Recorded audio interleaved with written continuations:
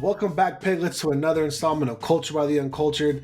We are your classy hosts, Daniel, DJ, and Taylor B. Today we got some cool topics in the realm of music for you guys. Super excited here. First and foremost, I want to give a huge congratulations to Nicki Minaj and her fiance, Kenneth Paltrow or Kenneth Petty, whatever his name is. He's a felon. I don't really care, to be honest, but congratulations to them. They tied the knot, and allegedly, I guess he didn't buy the rock, though. It probably just went to like Vegas or something and just like, hey, let's just get married, but maybe it's for tax purposes. I don't know. Anyways, I'm sure y'all don't care.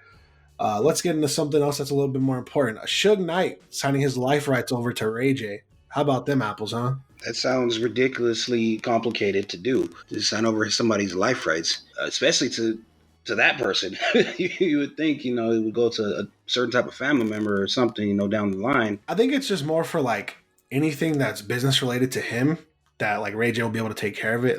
I'm sure that's the intention of it all. I don't really know what to make of it though. Like, I can't think of anything that Suge Knight specifically has that would be so valuable to Ray J. I'm guessing he pursued this. I'm guessing, or like made the conscious effort to try to reach out to him in any way he could and say, hey, like, you need somebody to run your operations, before they take it all away from you because you're just going to be sitting in here for 28 years. So, I could be that guy. Yeah, that's what I would assume. It'd be like either be something to do with money wise that he has hidden away, or if he has any, I don't know if he has his hands in any business ventures or anything like that, or yeah, I have no idea besides those two things. Or maybe he's holding on to some music that's way back in the day that he has someone.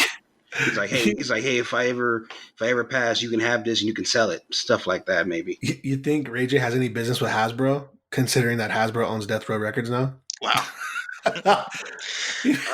I'm trying to throw him a bone. Yeah. I just really want to see because I know Death Row Records has been kind of like quiet, obviously, for the most part. But what is it's actually pretty interesting to see what will Ray J do now that he has Death Row. Like, I mean, what is to come to expect? Because I know that Suge he's now he's caught in this situation. But now, are we finally going to get some music that we haven't heard in a long time? Maybe hear some artists, maybe hear something that maybe we weren't expecting in the next couple of months or maybe even years. That actually makes a lot more sense because I don't know that Ray J has, I know he's like an independent artist, right? Yeah. If I'm not mistaken. But I don't know that he's ever had his own label or anything like that. And maybe because I don't know how that whole deal with Death Row Records works. I know it was sold to Hasbro, but I mean, like, when something is sold to, like, it's like Marvel and Disney. It's like, wait. What? Hasbro, the toy company? Yeah, like Transformers, G.I. Joe, and all that shiz. Yeah, they own Death Row Records. That's awkward. Yeah, just kind of funny. I don't know what Ray J's gonna do with it. I'm sure he's business minded for certain. I mean, he's made a profit off of everything. Made a profit off of a home video, we'll call it, with another famous person. He has obviously made a little bit of a fortune off of music. If I had one wish. Yeah, that's not what he's famous for. Come on, let's be honest. We all know what he's famous for. He was in Moesha. Remember, he was her brother, and then we found out in real life they're brother and sister. That's crazy. Or no, he wasn't her brother. I want to say he was he came to live with her at first, and then later on they found out that they were actually related, by blood or something, and it was like, oh, what the hell? And then you find out in real life, oh, Moesha or Brandy and Ray J really are brother and sister. Anyway, that's not important.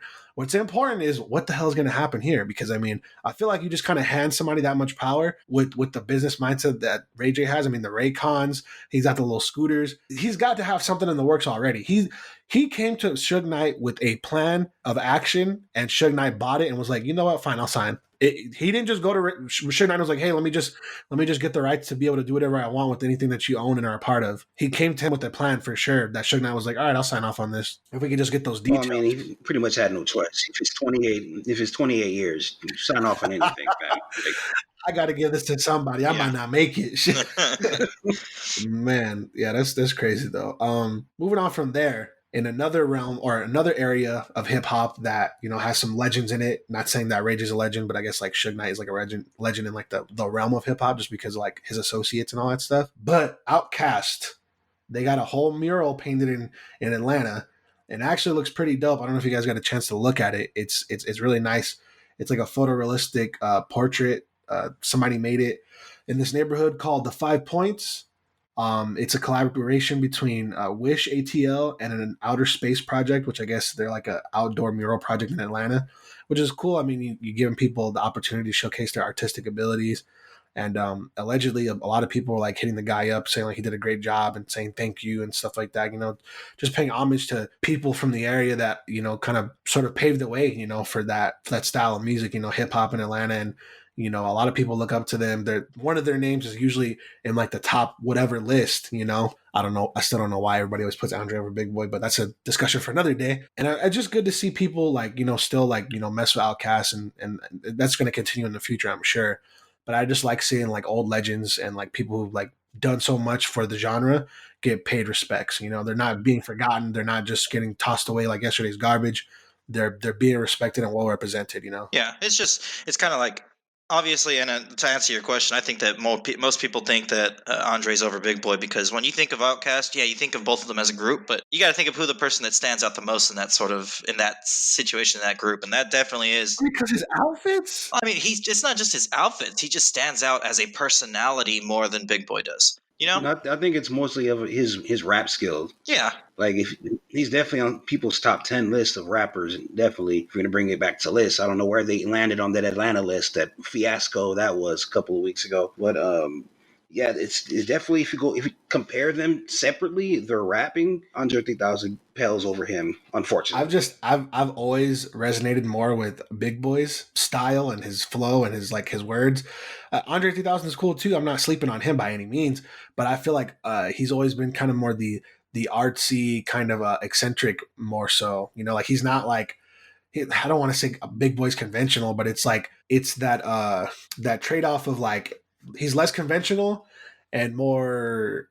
What is a good word for this? I don't want to say erratic or like that. The biggest word, the best word I could think of is maybe eccentric. Like he's different. He's weird, Yeah. Or like in my opinion, even in songs where like he's supposed to just come off like poetic, and it's just like this flow is like so like not normal. It's kind of like all over the place or whatever. But I mean, I appreciate it though, still nonetheless. I can definitely. I mean, what is that that Frank Ocean song featuring Andre 3000? Yeah. I thought his verse in that song was so weird. I was like, what is going on here? I'm just waiting for that next Outkast album to drop. Single, something. Give us something else, man. It's been so long, and I know that they all have their own things that they're doing, but man, would it be amazing right now to hear a new Outkast album just to come up with this sort of publicity, Chilling somewhere well, if they would stop giving beats to DJ Khaled. Yeah, I know, right?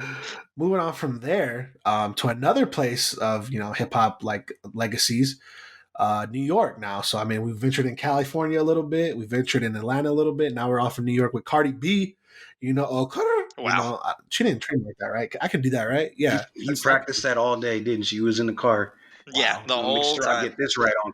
I'm just good with this voiceover stuff. I'm trying to get Funimation to notice me, senpai. Hear my verbal skills, but Cardi B apparently she's been casted in the Fast and Furious franchise.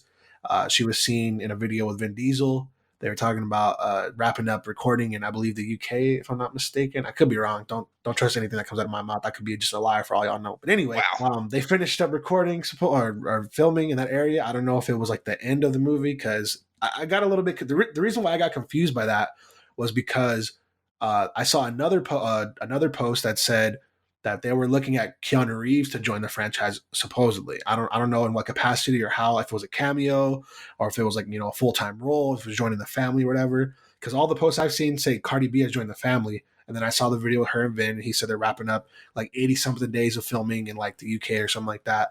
And then I was like, well, if they're done filming, then how is Keanu Reeves going to join the franchise if it's already done, But I don't know, we'll find out when the movie comes out, I suppose, right? Like, I am curious as to what your thoughts are on Cardi B being in Fast and Furious, because in my opinion, I don't think Cardi B can beat anybody else but Cardi B. Yeah, I don't see a purpose or a reason to put her in there. She hasn't shown that she's into cars at all. That's definitely has to be something. If you're going to be the Fast and the Furious, you got to definitely know your cards at least. Unless they're going to make her rap, I guess, inside.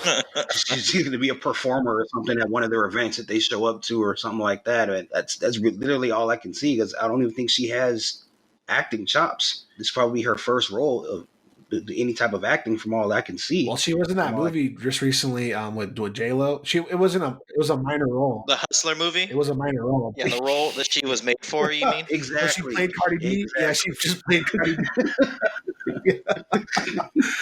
Yeah, so I don't know how that's gonna. I don't know how she's gonna fit in with the rest of the characters in the franchise either.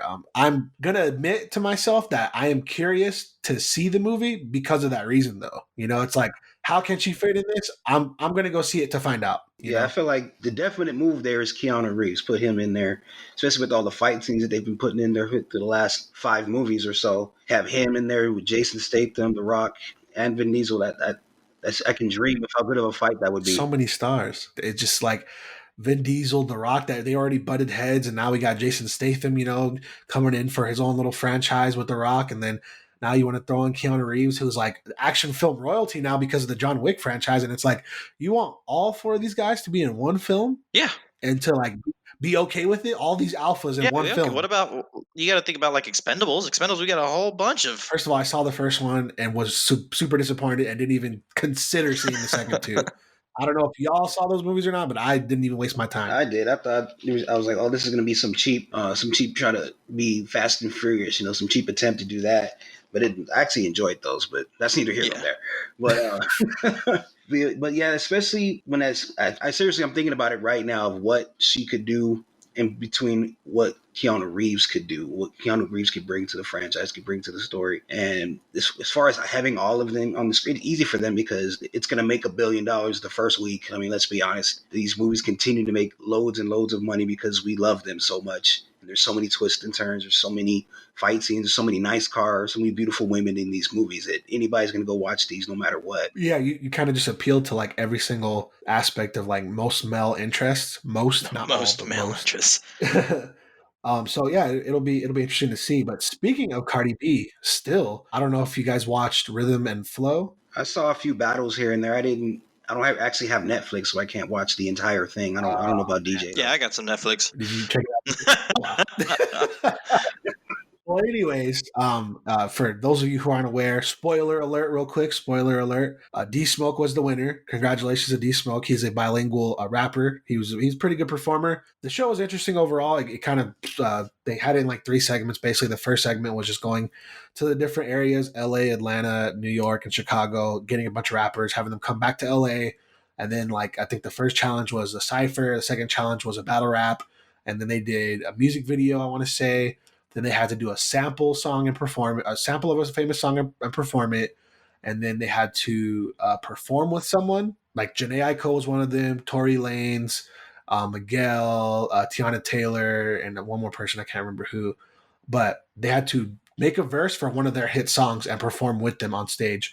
Only one of the people messed up on that one, which was like, it was like cringeworthy to see. And I just want to point this out right now. I hella want to go see a Tiana Taylor show now because Homegirl was like wilding on stage. Like everybody else was kind of like, you know, just walking around doing their little song, whatever. She was out there hitting the Black Boy JB dance. What's that called? The shoot dance. She was over there moving and grooving. And I was like, okay, Tiana Taylor getting the crowd hype out here. I want to see it. I'm not going to lie. And then the final thing was make an original song and you have total creative freedom of the performance or whatever, you know, like pyrotechnics, lasers, the whole 9 yards or whatever, right?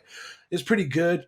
Like I said, it sucks because like there's certain parts where I feel like people kind of got swindled. Like the rap battle part I feel like was kind of not necessary because not all rappers, like especially like people who make music, not all of them rap battle. You know, a lot of them just make music and make money from making music, you know, just by putting songs to the masses, not trying to come bar for bar somebody in like the same room, even if they had time to write it down and be like, all right, this is what I'm gonna say about you. It's like, you know, and some people just automatically excel at that more than others because that's their background, you know. But that's the part of being a well-rounded artist, though. You have to have everything in your pocket. Like, that's good. A lot of people get that stigma where it's like, oh, you want to be a rapper, but you can't freestyle, or you can't be just a writer and be a rapper like that. People want you to have a full arsenal. Pretty much. Well, I don't think most of them could freestyle. That was the problem. It was just like, to me, the first couple challenge or the rap battle part specifically wasn't a good challenge for the show in its like entirety because at the end of it, you're trying to basically make an artist that's going to be that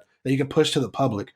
You're not trying to make a battle rapper. You're trying to make an artist you can push to the public. So some of these like everybody can rap, but some of these are like more like sing-song rappers. They got a little bit of like a vocals going on in there. Some of them use auto tune or whatever for their song, and it's just like I said, some of these guys come from a background of battle rapping, and it's like, okay, you can make a song too, but it's not as good as like you don't sound as good when you make a song as when you make a battle rap. So it's like I get all that stuff, but it's like if you're not gonna give me as much money as the person who can only sing music and you can battle rap and you can make songs, but this guy's making me way more money. It's like, why do I care if you can battle rap? I want you to make me more money, But that's just how I looked at it, I guess, at least. And like I said, overall, it was a great show. I think the final two guys were Flawless and D-Smoke, and then D-Smoke. Well, I mean, it sounds like a good show. I know I reading up on it. It said it was something like a competition to The Voice or X Factor and things like that. Yeah. I mean, just hearing you guys talk about it, I mean, I really don't care much for spoilers, especially for a reality TV type show. I mean, it definitely got me interested. Definitely will think that I'll check it out with my wife. My wife likes listening to that sort of or watching that sort of TV shows in the first place. So I might give it a listen, give it a shot, especially since I like that sort of thing. Yeah, for sure, and especially it's all hip hop, so it's kind of like a place of our own almost. So that's what I enjoyed the most, and I'm legit excited for season 2. But I am curious if they're going to keep the same judges or they're going to change them up. It's all a conspiracy. One of my biggest gripes was just kind of like it seemed a lot of times like Cardi B wouldn't like talk first. So like half the time I just really noticed that like she would say something that somebody else had just said, or like, oh yeah, I agree with that, da da da da. Like sometimes she had her own little opinion or whatever about something, but I feel like I heard her do that a lot. But that could just be going with like for whatever reason she usually wasn't the first one. It usually started like with Chance or with T.I., and I feel like T.I. talked the most out of everybody. I don't know if it's like his presence or something that does that. And then like Chance felt like the little brother like half the time, but like he was cool though. And then like you could totally see Chance's bias, but I mean it's good though. It's a good show. I'd recommend everybody watching it. Check it out. Like I said, the final guys were still pretty good. I feel like Sam B Yourself was one of my favorite rappers. D-Smoke was really good. Flawless was super dope. London B was great. And Jacob Campbell, I thought he was super dope too. Those are like my top 5 out of like the whole series. And I wish like some of them had lasted longer than they did. But I mean, hey, what are you gonna do? It's already said and done. # Flawless got robbed. He was good. He was good for sure. I just feel like D-Smoke has like somebody called him D-Smoke Lamar, and I was like, he's from the hood and he can play the piano. He speaks Spanish and English, and he can rap in both. He did a song with his performance was with Miguel, so it's like this guy's not just a rapper. Like Flawless is just a rapper overall, and like, but D-Smoke could like. He can hit you where it hurts, and he can make you see some things that not everybody can see and stuff, and it's just like, and then the bilingual thing killed out. As soon as T.I. said like, I'm seeing other avenues of like currency or something like that, basically saying that, he can make more money with him because he can speak 2 languages. And I was like, he won for sure. And every time there was a challenge, I could never see a point. I was like, there's no reason for him to lose except for one time. There was only one time where I was like, he could go home right now, but he didn't because like they said he had like a good stage presence or whatever. Because it's like one thing I did notice too was people kept getting put forward or pushed forward after they messed up, and I was like, how is this? Like this is not how American Idol rocks. American Idol ain't just letting people mess up and then continue forward with the show like nothing happened. Like, oh yeah, you made it onto the next round even though you messed up your lines or you forgot however many bars. It's like, no, he messed up. This is a performance. Like, come on now, But I mean, like everybody in the top pretty much messed up except for like 2 people, and neither of them won. And I was just really shocked by that. But I mean, hey, like maybe some people did get robbed. Maybe there was a bias. Maybe there wasn't. The world may never know, unless somebody comes out with a documentary. No, I know. Like I told you when I was telling you about the conspiracy, they let him win in the same year that Nipsey was gone. From the same area. They're both African. They both got braids. Come on now. I'm not the only one that sees this.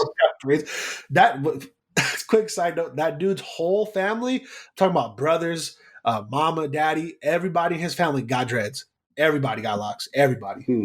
I was just like, oh, snap. Power of the dreadlocks. All hands too? Okay, all right. Definitely had it out there on the stage presence with them for sure. Speaking of performers and rappers and whatnot, Kanye West, his name has been in the news quite a lot lately. I don't know if y'all have heard it or not. I'm sure you guys had. Yeah. This is the first positive news, though. Well, real quick before we get into the real meat and potatoes of it all, earlier this week, it was let known to the public that Kanye West had told his pastor he considered quitting music because rap is the devil's music. That was kind of interesting. That kind of put my mindset in a certain way for his album Jesus is King. Later on in the week, we were told that Kanye West had even went as far as to tell people to not have premarital sex if they were working on his album, which, once again, kind of got my mind thinking a certain way about this album. And then finally on Friday, which was October 25th, Jesus is King came out. It didn't come out at midnight like most albums do, or East Coast time, I guess. It didn't come out at midnight. It came out well into like the morning. He put out a tweet saying that they're not going to go to sleep until they're done. They just wanted to like get like the final mixes for like 2 of the songs. And they took care of it. And I think it got released at like 7 a.m. or something like that. Yeah. So when it finally came out, it was a finished product and everything sounded pretty good. So far, people have their own opinions and own views about it. But I'm gonna let y'all take the floor first. What have y'all thought about the album so far? How many listens have you gave it to? I've listened to the entire album 5 times today. I'm not even joking about that. Like, I just kept it on repeat all day. I'm in love with the album. As soon as it came out and it dropped, and I heard that first song, and I was just like, oh my God, he's serious about being a Christian. Like, I thought it was a gimmick up until, he actually came out the album and I can actually hear what he's saying. And he was like proclaiming the name of Jesus Christ and all that. And he was actually saying that he's a Christian, that he accepted Jesus Christ. And I was just like, why isn't Chance on the album? Anyway, but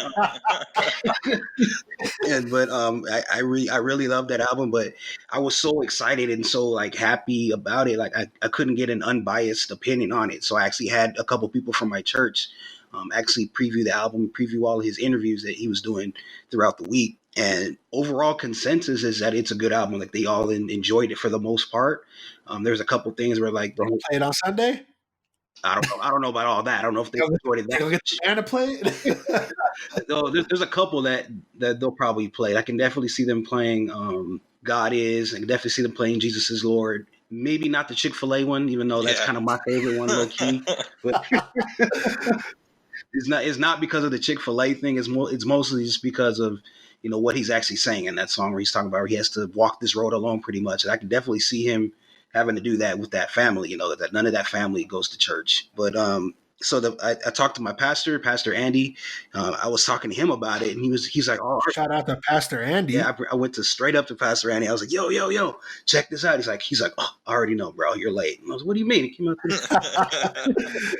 But he was like, he didn't really care about the music. He was like, "What's the message behind it?" That's especially with him being a pastor. He's like, "That's the most key thing is for me to check that out." And he could tell by all he was saying that he was being genuine. And so that was like, okay, that's a good stamp to have on the record for that. And then I took it to another friend of ours. Brandon will know her. Her name is Annie. She used to be on the Praise. Hey, shout out Annie. Yep, shout out to Annie.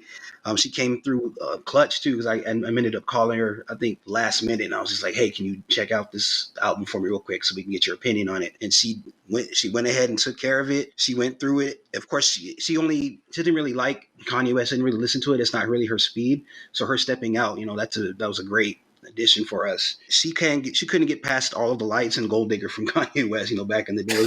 So she was like, "I'm not really trying to listen to this, but I'll do it just to help you." But she liked all the songs that had the choir in it. The choir element really set her off because she was part of the singing, she was part of the worship team, and so she really enjoyed those. But she didn't like the Chick-fil-A song. Quick side note, real quick. Allegedly, Sunday Service got an album coming out in December. Now back to the program. Yeah, I heard about that too. It's actually called. He wants it to be called Jesus is Born around Christmas time. Why he didn't? That's not his birthday, but okay. But yeah, personally, I like Jesus is Lord. That's like my favorite, even though it's the shortest song. That one gets the most play for me out of all of them. I like to just sing along. It's like this dude made a worship song on accident, I feel like. But that's like my favorite one. And then I like God Is, because it has the choir element for me as well, and it also has all the samples. You know me, I'm a sample junkie. What about you, DJ? I didn't give it as much listens as you did. I definitely like the album. I listened to the album probably like 3 times on repeat, just to give it a fair listen, a fair bleed through, and actually be able to understand his message and what he's going for. Overall, I like it. I like the album. I think it's something that definitely changes your outlook on Kanye. Just like how you said how you pushed it off to someone who had wrote him off because of all the songs that he used to be, all the mainstream, all of the type of music that he used to make. Definitely giving this a listen, it makes me feel as though you can see him in a different light. I definitely love this album. Jesus is Lord, I gotta agree with you on that one. It's one of the best ones on that album. Close for Sunday, that's the Chick-fil-A song. It was a good song. I definitely could vibe with it. Follow God is probably one of my favorites, though.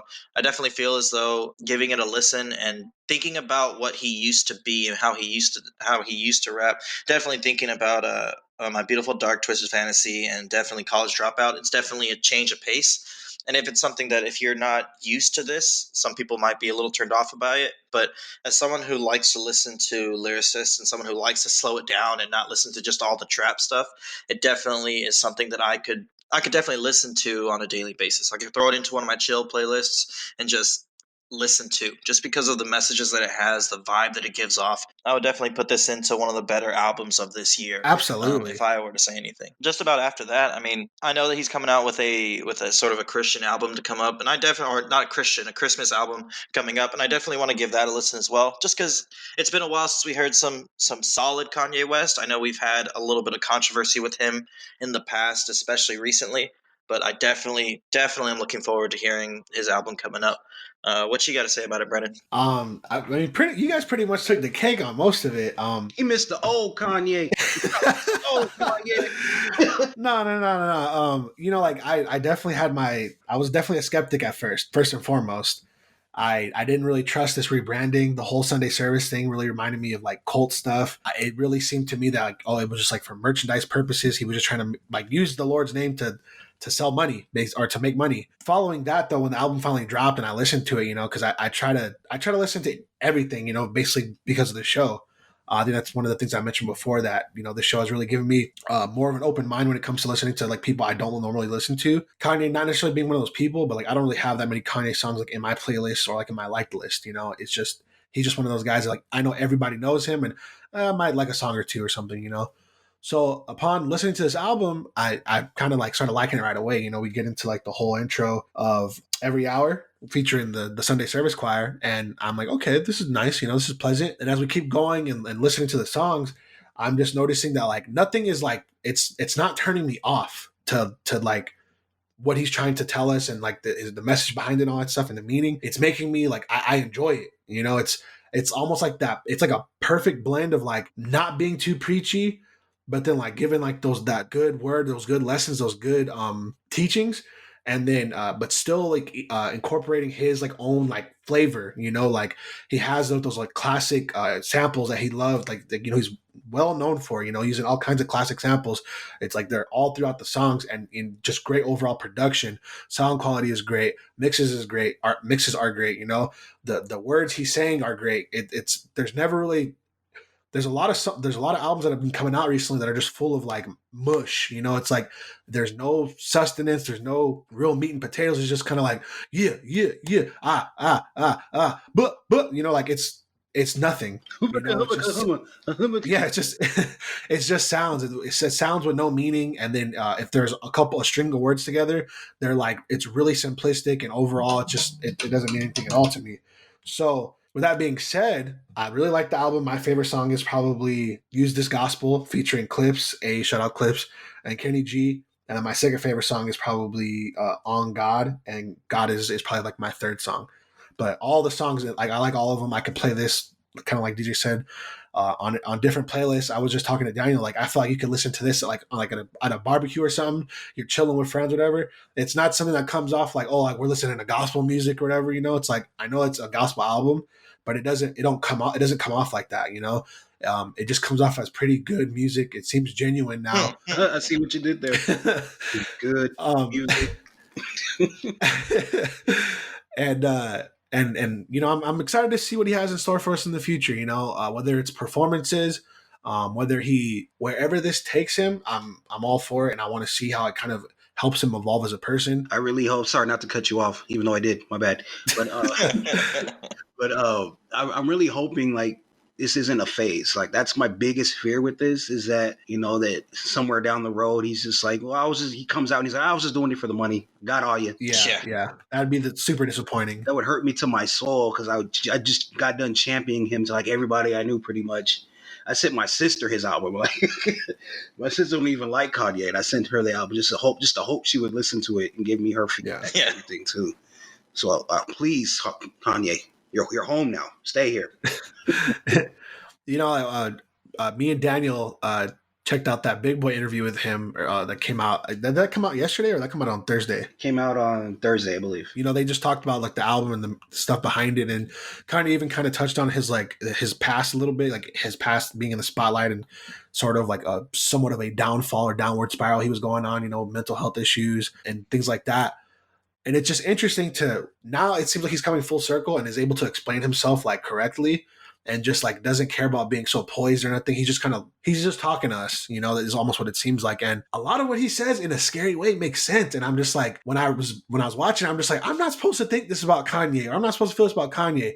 But it's like, as I'm thinking that, like while watching it, the things he's saying, and I'm just like, he basically just told me I can think for myself. And if somebody else doesn't like Kanye, that doesn't mean I can't like Kanye or agree with what he's saying or agree with his message or anything like that. You know, it doesn't mean that. And that's just something I feel like it's really important for the people of the world to know, is that like, we don't have to think in the same box, you know, especially in America, we're supposed to be the land of the free. So it's like, it's always so crazy that like, if somebody could say that they were in support of Kanye this whole time and that person is like ostracized from like their culture, or like, especially if you're black, it's like, it was so hard to be able to try to support Kanye and when he was wearing the MAGA hat and all that stuff. You know, people were just like calling him Kanye and stuff like that. You know, and it's just, it was like people were tainting his image or whatever. But it's like he was trying to support our president because that's what should happen. You should try to support him and make things happen, you know, but you don't want him to do bad things. Sure, I get all that. I understand that.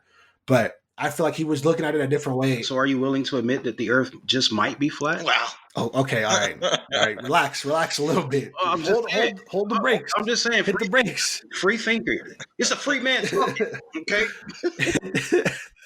Hit the brakes a little bit, but I mean, yeah, he's said some outlandish stuff in defense of our people, and you know, has kind of had actions that kind of like, what are you doing? That's not for us or whatever. But coming full circle, like I said in that interview, and I was like, man, some of this stuff really does make sense, and it's like, how did we just throw him away like that, you know, as a person even, you know? But I think I told you, like, man, if Kanye was like just like a regular dude and had just friends that like talked about him with us or something, they're like, man, that's just Kanye. That's how he is, man. Like, relax. He cool. He fine. He ain't gonna hurt nobody. But so what you're saying is you voting for Kanye in 2020 when he still goes for president, right? Wow, relax. But I mean, I ain't gonna say no.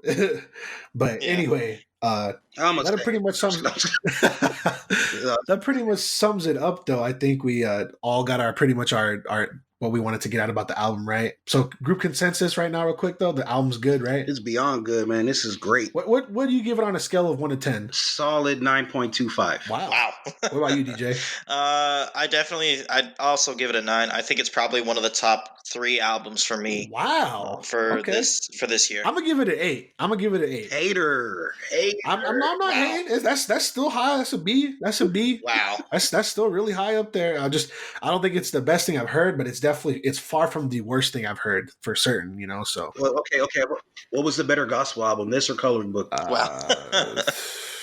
That's hard to say because I feel like I enjoy Coloring Book more, like for the fun aspects of it, and like this album, I feel like I enjoy it more like on a personal level. I can see if that makes sense. It makes sense, yeah. But yeah, so that about wraps it up, I guess. You guys want to talk about that Logic thing real quick? The OCD, it was all right? I didn't even get a chance to hear it yet because I've been listening to this album nonstop, and the other album that came out last week I've been listening to the G-Eazy Scary Nights. Okay, yeah, that one was pretty good too. I will definitely say that as a Logic fan and as someone that listens to all the things that have to do with any sort of lyricists, I would say that I actually like the song. I enjoy it a lot. I think it brings him back to his old style of rap. Definitely better than what has come out recently. I like this song better than every single song on Confessions. Let's say that. Wow, that's powerful because I definitely like some song on Confessions. This song was cool, but I ain't gonna say all that.